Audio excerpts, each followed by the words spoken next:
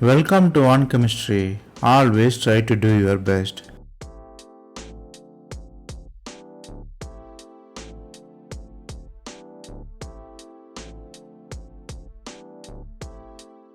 Now, let us see about 100 concepts in organic chemistry. We are seeing it as episode. This is the episode number 20. If you didn't watch previous episode, I encourage you to go and see.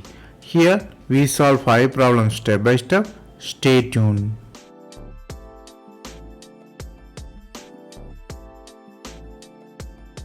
Let us see the question number 1.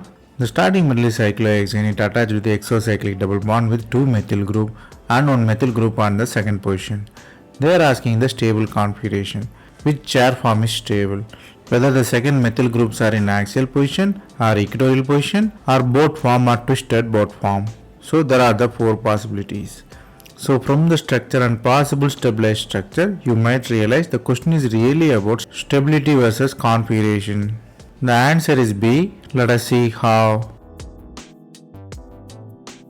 Here there are the 4 possibilities. Let us analyze the strain inside them. The first one, which is A, which have allyl strain, meaning the methyl group and the hydrogen group in the second position are always in the steric position. It has steric hindrance there, so it will be relatively unstable. And second, methyl groups are also in the steric effect. So 2 types of strains are there. If you look at the C, it is the boat form. It is already a strain system because of its eclipse position. As well as the flagpole effect is there. The hydrogen and methyl groups are in the flagpole position. It's very much sterically hindered there. Then we will have D there. D also a twisted boat form. When compared to boat form, only the angular strain is released, but it is unstable due to steric effect. The new instability introduced by unusual bond angle. The only remaining is B. The B has only the strain due to the methyl group. Others are relatively free there. So comparatively B is stable there. In this all 4 structure, you have to choose yourself based on the steric effect, angular strain and structural integrity. Here the concept you have to learn here is angular strain, flagpole position and the stability of chair and the boat form. Then the question number 2. The question is about beta hydrogen elimination. Which compound relieve the beta hydrogen very easily? Here the metal with single bond hydrogen is there, the metal with cis single bond hydrogen, the metal with cis single bond hydrogen and transalkene or triple bonded hydrogen there. From the concept of beta hydrogen elimination and the possible structures, you might realize the question is about multiple bond versus hydrogen elimination. The answer is A. Let us see how. Here you are eliminating the hydrogen there. So the CH bond breaking is the key step here. So how it will break? You have to look at the CH bond strength. The CH bond strength is decided by the electronegativity. The sp, which is double bond carbon, sp2, which is double bond carbon, sp3 single bond carbon. Sp is more electronegative due to the s character there. So the bond strength of sp is higher, sp2 is next come, sp3 is the least one. So the answer will be clearly A, because breaking of sp3 carbon is easy because bond strength is weak there. So the MH interaction is there, the elimination happened, you have alkene formation. Here the concepts you have to learn here is the bond strength versus electronegativity. The hybridization, the triple bond carbon hydrogen bond is very strong, it will very rarely leave H plus there. Then the question number 3, they are asking ratio of relative intensities of the carbon signals in first order C13 NMR.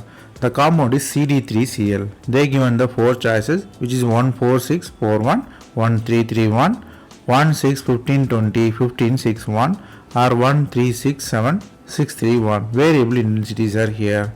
So from the question and possible values, you might realize splitting versus intensity for the compound which have I greater than half. The answer is D. Let us see how. Here the important concepts you have to learn here is the nucleus spin less than half mean you have to follow the Pascal triangle. If nucleus spin greater than 1 mean you have to follow non-Pascal triangle. So relative intensities will be different. So you have to build from the 1 and triple 1. When you come down to septet, it will be 136 7631. So here let us see how the splitting occurs here. The deuterium, the spin value is 1. The formula for splitting is 2Ni plus 1.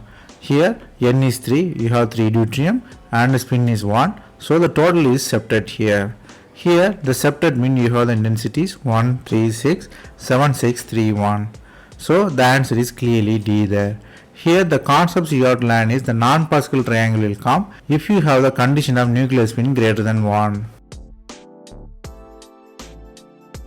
Then the question number 4, they given the two compounds. One is acid with alcoholic groups, which is ring closure is occurs, it's a lactonization. Second thing is you have cyclic ketone and CN attachment is there. Both are labeled as A and B.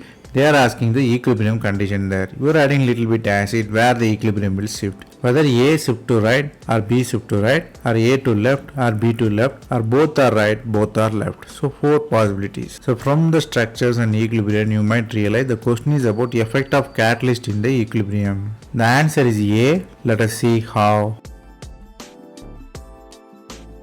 In both cases equilibrium shift to right. Let us see how. If you look at the A, which is lactonization, you are forming the ring there. Rings are more stable than the linear structure. Moreover, the reverse reaction of lactonization, which is ester hydrolysis, which requires water there. Here the ring formation is more stable than linear due to the entropic reason, because you are releasing the molecule to form a single stable structure. So the reaction shift to right. If you look at the second reaction, you are adding a molecule, but you are forming the anion there. When you add H+, you are quenching the H+. So the neutral species are stable than the charged species. So the reaction shift to right side there. Here in the B structure, you are forming the charged species. When you are adding H+, charge will be quenched there. So reaction definitely shifted to B there because they always move to stabilization and reactive center. So the answer is A. Equilibrium will shift towards right in both A and B. Here the concepts you outline is ring is more stable than linear form and neutral is more stable than charged. Then the question number 5, they given the IR and C13 value. The IR values are 1770 and C13 values are 178, 68, 28 and 22 ppm.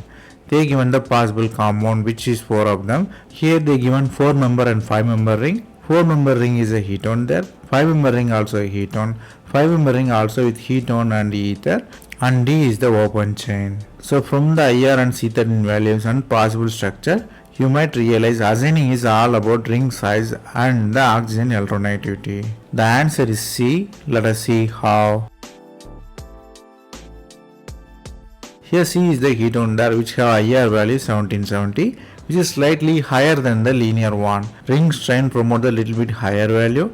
So you have the cyclic ring. Here it is easy to assign C13 value. First you assign the higher value which is 178, which is carbonyl carbon because of carbon bond strength and alternative oxygen. Then you can assign the D1. D is definitely 68 because it attached to alternative oxygen. Then B is also easy because attached to sp2 carbon. So it will be slightly higher than normal one which is 28 ppm. Then the B will be 22 ppm because of normal carbon value. So the structure is clearly C there. Here the concepts you outline here is ring strain can increase the IR value, as well as when you assign the C13 value always you start from high value and low value. Here 178 easy to assign, it is carbonyl. Low value is a normal carbon.